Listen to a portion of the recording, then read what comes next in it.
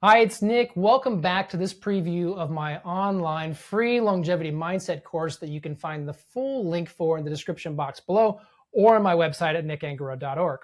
Now, we just got through talking about limiting beliefs about aging and why we have these limiting beliefs about aging. And in particular, what we found is that becoming sick and becoming physically limited as we grow older has become commonplace. And the reason for that isn't some nefarious programming by some third party or something you might hear from some level of conspiracy thinking about this, not being programmed to be sick. It's simply that our societal values, our systems of exchange of value have become based about immediacy. They've become about separation. They've become about productivity, and they are less about connectivity. And we have a modern societal system that has separated us from cultural values, which ultimately were better for our long-term health. They were ones that prioritized family and connection, prioritized movement later in life, meaning and purpose, continuing to eat healthy, and over to something that has become about separation and even accepting things like being quite overweight or morbidly obese as okay or even commonplace, when in fact they are quite at odds with long-term health. So when we look at this separation between what is good for long-term health and what is common, we realize that we have subconsciously become programmed to believe that we are going to get old and sick and that that is unavoidable. But that is actually not the case. And we have so much powerful evidence to the contrary that I'm excited to share with you. And so we can begin to shift these limiting beliefs as we see them, as we build on those two key realizations that disease is not destiny, and there's more and more technology here every day to keep me healthy and make me healthier, that we get to these beliefs where we realize, I believe I'm going to get old and sick. I believe I'm going to become less relevant to society. I believe that I'm not going to be able to do the things I love. Why? Is that true?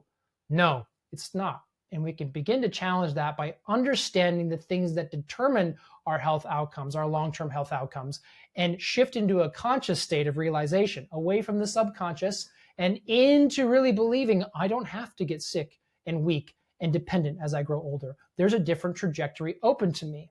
And it's through the pathway of turning those longevity lifestyle knobs. And it is also going through yet another misconception, which is the good gene, bad gene fallacy.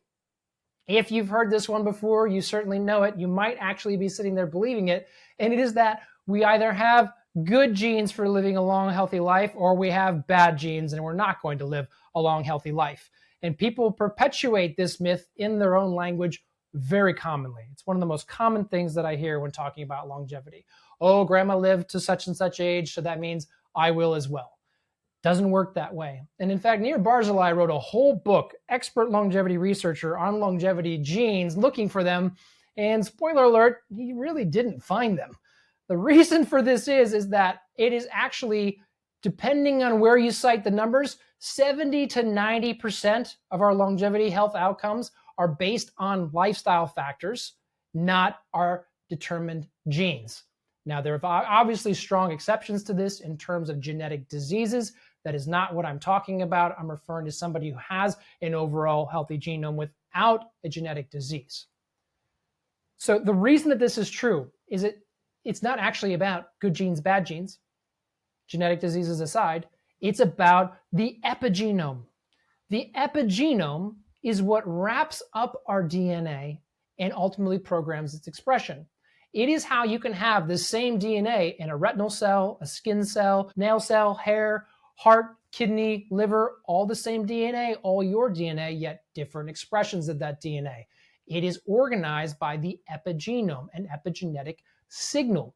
And what's really interesting about the epigenome and our study of the epigenome is that we have learned that it is the epigenome that really determines these health outcomes over time. And in fact, certain proponents of longevity research, such as Dr. David Sinclair, in fact, believe that it is the origin of aging altogether, and that we may in fact be able to halt or prevent most diseases of aging by learning to regulate the epigenome and reset it to a more youthful state. So this is an emerging area of science that's quite exciting.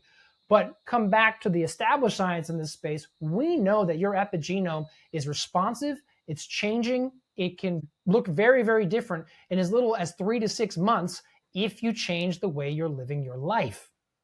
And We've only recently begun to understand this in the last 5 to 10 years because we've developed incredible technology that can actually read and understand the epigenome. Pictured here is one of those machines from Illumina. I've actually seen these machines in action myself when I visited with Tru Diagnostic in their laboratory in Lexington, Kentucky. They're incredible. And the level of detail they can pull out of your epigenome is improving over time to the point where we can look at millions of different pieces of information in your epigenome. And we've become aware that epigenetic changes, particularly those related to aging and disease risk, can be reversed. They can be changed. We can go from a disease-prone state to a healthy state by the epigenome changing over a period of time, mostly through consistent changes in lifestyle. This is pretty incredible, and this is the groundbreaking moment that you really want to understand to help bust through those limiting beliefs.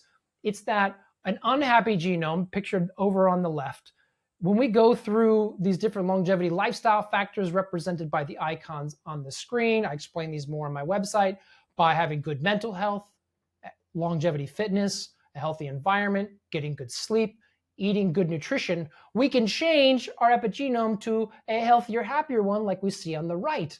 And that ultimately means we have a more youthful and healthy expression in our body, and this is quite exciting.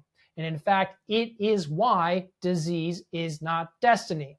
Disease is not destiny because we can actually change how our epigenome expresses our DNA to be more healthy by changing our lifestyle factors. And this is responsive at any age. This is why lifestyle is so important. It's no longer just about feeling better, looking better. It is actually the pathway to health, optimizing these longevity lifestyle factors. And this is a key part of the longevity mindset because once you realize this, it connects back to really understanding that agency you have over your long-term health future. Now, I'm going to wrap up this video at this point before continuing on into the next one. And then we're going to keep building forward by using some examples of people who have lived out a longevity lifestyle over long periods of time and the example they set for the rest of us that can be quite encouraging. So I'll see you in the next short video. Hi there, it's Nick. Thanks for watching. This video is based on content from our free longevity mindset course. You can find the link to that course in the description box below.